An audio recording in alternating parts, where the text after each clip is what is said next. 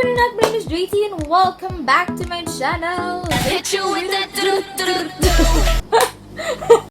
So for this tutorial, yung gagawin natin ay mag-aaral na naman tayo ng bagong kanta sa ukulele. As always, maraming nagre-request ng mga tutorials. And I'm sorry guys, kasi alam nyo naman nag-aaral pa ako and I'm so busy with school and YouTube and yeah. So a lot of you guys have been requesting me to make a tutorial of this song and ito din yung kanta na tumatakbo sa isip ko araw-araw. Like last week, ito lang yung nag-iisang kanta na pinapakinggan ko. Nasa school man ako, nasa bahay, nasa kwarto, nasa sala, tumatay, kumakain. Yun yung kanta na hindi ko pinagsasawaan sa ngayon.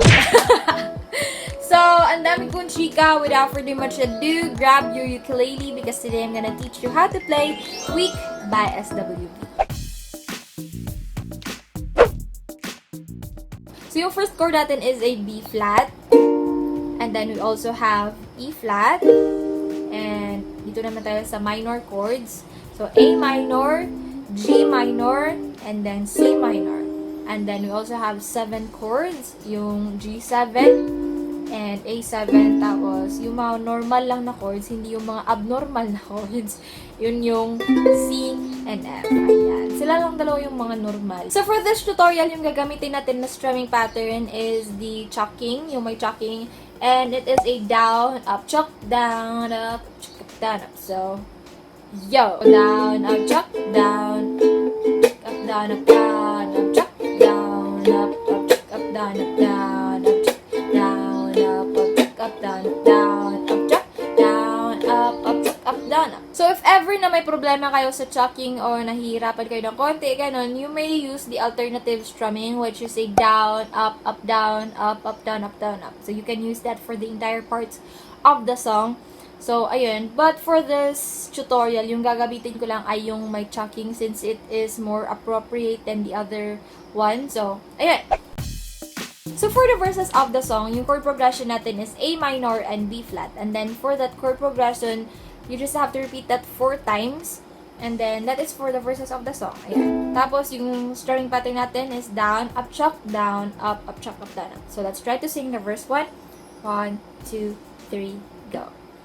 I don't know what it is that you've done to me, but it caused me to act in such a crazy way. Whatever it is that you do when you do what you're doing, it's a feeling that I don't understand. So, dito sa refrain, yung strumming pattern natin is the same pa rin. Cause my heart starts beating triple time with thoughts of loving you on my mind. I can figure out just what to do when the cause and cure is you. Ayan. So, yung cause and cure is you. We have 3 chords right there on that line. We have B flat, A minor, and C. So, you just have to strum once per chord. Ayan. When the cause and cure is you, I get so weak. So, dito sa chorus, may ganito siya. I get so weak in the knees, I can hardly speak. I lose all control when something takes over me. So, something takes over me. So, B flat and A minor, yung chord progression, yung strumming pattern natin is down, up, down, up, down. Okay? Down, up, down, up, down. Tapos, balik ka naman sa choking. It's not a phase, I want you to stay with me. So, same thing with the stay with me. So, same siya sa takes over me. Ayan. Stay with me. Tapos, after yun, balik ka na naman sa original na strumming pattern yung may choking. Stay with me by my side. I swallow my pride. Your love is so sweet. It knocks me right off my feet. Ayan. So, same thing with that line. Tapos, I can't explain why you're loving me makes me weak. So, just strum once per chord. I can't explain why your loving makes me weak. Ayan. So, from the top. 1, 2, 3, go.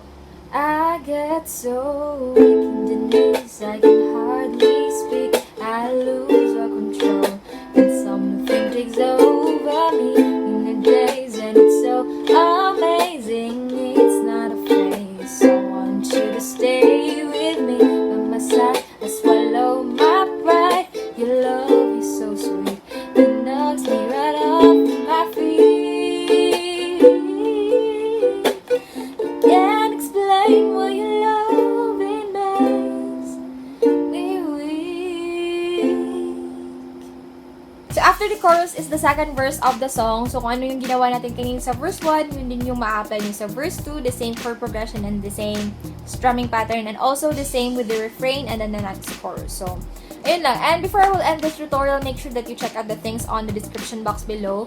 Andun yung lyrics and then the chords of the song para may guide kayo after watching this tutorial. So, hey guys! So thank you so much for watching. If you like this video, please give it a big thumbs up. Subscribe to my channel if you haven't subscribed yet.